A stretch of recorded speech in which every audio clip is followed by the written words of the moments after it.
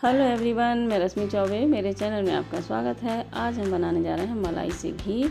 और घी बनाने के बाद जो मावा बचता है तो उससे बनाएंगे हम बहुत ही टेस्टी कलाकंद। तो चलिए पहले हम मलाई से घी बना लेते हैं। तो घी बनाने के लिए हमने ये ली है 2 बड़ी बड़ी कटोरियों में मलाई। और ये जो मलाई है 4 से 5 दिन की इकट्ठी की हुई है। और इससे ज़्यादा टाइम की मलाई हमें नहीं लेना है। तो इस तरह से हमने इस मलाई को लिया और एक फैली हुई कढ़ाई में हमने डाल दिया। और दोनों ही कटोरियाँ हम खाली कर लेंगे। तो इस तरह से क्या होता है, जब हम घी बनाते हैं तो ज़्यादा बर्तन भी गंदे नहीं होते हैं और बहुत ही आसानी से घी बनकर तैयार हो जाता है। तो इसके लिए सबसे पहले हमें क्या करना है कि इस मलाई को हमें 1 चम्मच की मदद से अच्छे से फेंटना है। तो इसे लगभग हम 2-3 मिनट तक फेंटेंगे। और फेंटने के बाद इसे हम छोड़ देंगे, क्योंकि ये मलाई अभी हमने फ्रिज से निकाली हुई है तो काफ़ी ठंडी है। तो इसे फेंटते हुए लगभग हमें 2 से 3 मिनट हो चुके हैं। और ये देखिए अभी भी काफ़ी ठंडी है। और ये फेंटने के बाद इसके ऊपर कुछ बबल्स से दिखने लगे हैं ठंडक की वजह से। और इसके साथ ही इस चम्मच में भी अभी थोड़ी थोड़ी लम्स से हैं, क्योंकि ये पूरी तरह से मेल्ट नहीं होगी, क्योंकि अभी काफ़ी ठंडी है। तो इसे हम रेस्ट के लिए रखेंगे लगभग आधा घंटा के लिए। तो उसके बाद हम इसे देखेंगे। तो आधा घंटा के बाद अब हम इस मलाई को देखते हैं। इसका टेक्सचर काफ़ी क्रीमी हो गया है। ये देखिए कितनी स्मूथनेस से ये चम्मच इसमें चल रही है। और इस तरह से इसे चलाते हुए लगभग 1 या 1.5 मिनट में ही ये पूरी तरह से घी बनकर तैयार हो जाएगा। और इस वीडियो को हम बीच में बिल्कुल भी नहीं काटेंगे और एक ही बार में ये घी बनाने का पूरा वीडियो हम बनाएंगे। तो आप भी समझ जाएंगे कि इसमें कितना टाइम लगा। इसमें सिर्फ 1 से 1.5 मिनट ही लगना है। ये देखिए पूरी तरह से ये मलाई से मक्खन बन गया है और कितने जल्दी जल्दी बनता जा रहा है। इसमें बिल्कुल भी दिक्कत नहीं होती और बहुत ही आसानी से ये बन के तैयार हो जाता है। फ्रिज से मलाई निकालने के बाद आधा घंटा रेस्ट देने के बाद ये मलाई से मक्खन बहुत ही जल्दी और आसानी से बन जाता है, क्योंकि इसका टेम्परेचर हमें ना ही बहुत ज़्यादा गर्म रखना होता है और ना बहुत ज़्यादा ठंडा। इस टेम्परेचर में हमें मलाई को फेंटना होता है। तो उस टाइम पे ये मक्खन बहुत जल्दी निकल आता है। और देखिए फेंटते ही फेंटते इस मलाई में जो दूध था वो भी अलग हो गया है। और अब हमने इसमें डाल दिया थोड़ा सा पानी। तो इसके साथ हम इस मक्खन को बहुत अच्छे से धो लेंगे, जिससे इसमें जो एक्स्ट्रा दूध है वो भी निकल जाएगा। और जब हम मलाई को इकट्ठा करते हैं उस टाइम पे भी हम उसमें थोड़ा सा दही डाल देते हैं, जिससे कि उसमें थोड़ा खट्टापन आ जाता है। और जब इससे हम दही या मट्ठा छाछ जो भी बनाते हैं तो बहुत अच्छा बनता है। और ये देखिए इस तरह से इस मक्खन से इतना ये दूध अलग हो गया है। और अब हम इसमें थोड़ा सा जावन और लगा देंगे।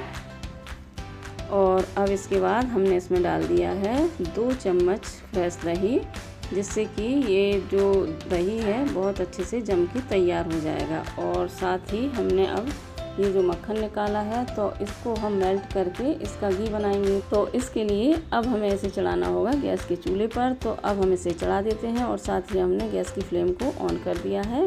और इसे हमें शुरू में थोड़ा सा फ्लेम को हाई रखना है। और मक्खन के मेल्ट हो जाने के बाद हम गैस की फ्लेम को लो कर देंगे और लो फ्लेम में ही हम घी को बनाएंगे। तो इस तरह से हम घी को पकाएंगे।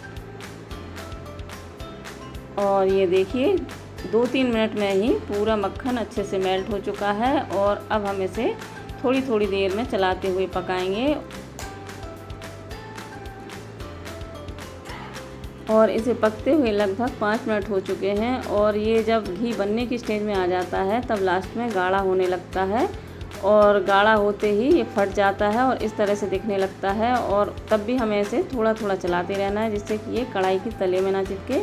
और बस ये लास्ट स्टेज है इसकी। इसके बाद देखिए घी बन के तैयार हो गया है। और लास्ट में जब घी में ये हल्का सा ब्राउन कलर दिखने लगता है नीचे, तब हमें गैस की फ्लेम को बंद कर देना है, जिससे कि इसके अंदर जो थोड़ा सा लास्ट में खोआ बचता है वो जल ना पाए और हम उसका भी कुछ यूज़ कर लें। तो इस तरह से हमें कढ़ाई को लास्ट में बिना चलाए हुए छोड़ देना है। और इस घी को बनाने के लिए हमें बर्तन को थोड़ा सा बड़ा लेना चाहिए, क्योंकि लास्ट में ये उफनता है तो उसके लिए ये काफ़ी सही रहता है। और ये देखिए आधा घंटे के बाद घी पूरी तरह से ठंडा हो चुका है। और अब इसके बाद हम इसे छान कर किसी बर्तन में रख लेते हैं।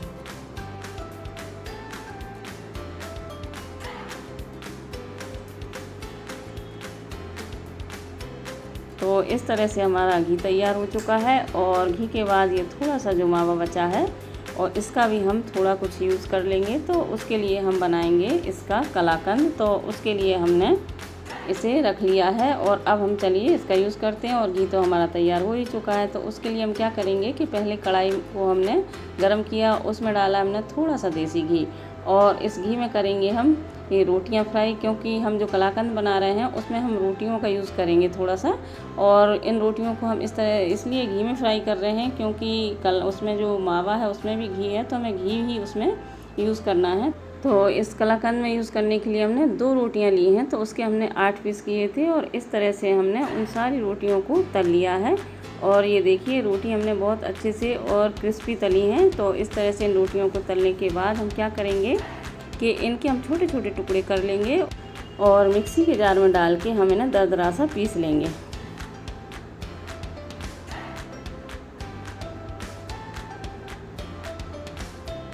रोटियां सारी हमने जार में डाल दी हैं और ये देखिए हमने इसे पीस के भी तैयार कर लिया है। इस तरह से हमने इन्हें पीसा है। तो अब हम क्या करेंगे कि उसी कढ़ाई में जिसमें हमने घी बनाया है उसमें ही हमने उस मावा को डाल दिया है और साथ ही गैस की फ्लेम को ऑन कर दिया है। और इसके साथ ही हम डाल देंगे ये पिसी हुई रोटियां। इसमें रोटियां लगभग हमने मावा के बराबर ही ली हैं और साथ में उतना ही डाल दिया हमने शक्कर को। और इन तीनों चीज़ों को हम अच्छे से मिक्स कर लेंगे और मिक्स करने के बाद हम इसमें डाल देंगे 1 कप दूध और थोड़ी सी मलाई हो तो वो भी इसके साथ आप ऐड कर सकते हैं, तो टेस्ट थोड़ा सा और बढ़ जाएगा। तो इस तरह से इन सभी चीज़ों को हम अच्छे से मिक्स कर लेते हैं और मिक्स करते हुए हम इन्हें थोड़ा सा पकाएंगे। तो इस तरह से 3 से 4 मिनट में ही ये कलाकंद बन के तैयार हो जाएगा। ये देखिए बहुत जल्दी गाढ़ा हो जाता है और बहुत ही जल्दी बन के तैयार हो जाता है। ये 3 से 4 मिनट में ही पूरी तरह से बन चुका है। और लास्ट में डाल दिया हमने इसमें थोड़ा सा इलायची पाउडर इसकी मात्रा के हिसाब से। और ये देखिए घी इसका सेपरेट हो चुका है, तो इसका मतलब है कि बहुत अच्छे से पक गया है। और लास्ट में हमने इसे जमाने के लिए एक फैली हुई कटोरी का इस्तेमाल किया है या प्लेट भी कह सकते हैं। तो इस तरह के किसी भी बर्तन में आप इसे जमा सकते हैं और इस तरह से इसको अच्छे से इसमें सेट कर देंगे और ठंडा होने देंगे।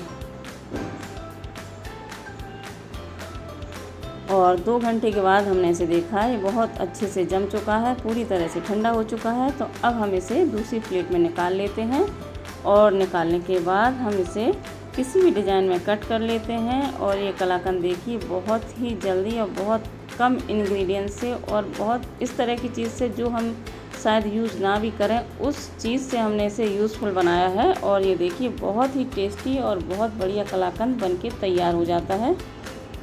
तो देखा आपने कलाकंद कितना अच्छा बन के तैयार हो गया है। तो ये तो वही बात हो गई आम के आम और गुठलियों के दाम। तो आपने देखा किस तरह से मैंने मलाई से घी बनाया है, दही बनाया है और लास्ट में बचे हुए मावा से मैंने कलाकंद भी बनाया है। तो इस तरह से हर चीज़ का मैंने बहुत अच्छे से यूज़ किया है। तो आपको यदि मेरी रेसिपी पसंद आई हो तो आप मेरे वीडियो को लाइक करें, चैनल को सब्सक्राइब करें और साथ ही दिए गए बेल आइकन को प्रेस ज़रूर कर लें, जिससे मेरे नए नए वीडियो के नोटिफिकेशन आपके पास तुरंत पहुंच सकें और आप मेरे नए नए वीडियो देख सकें।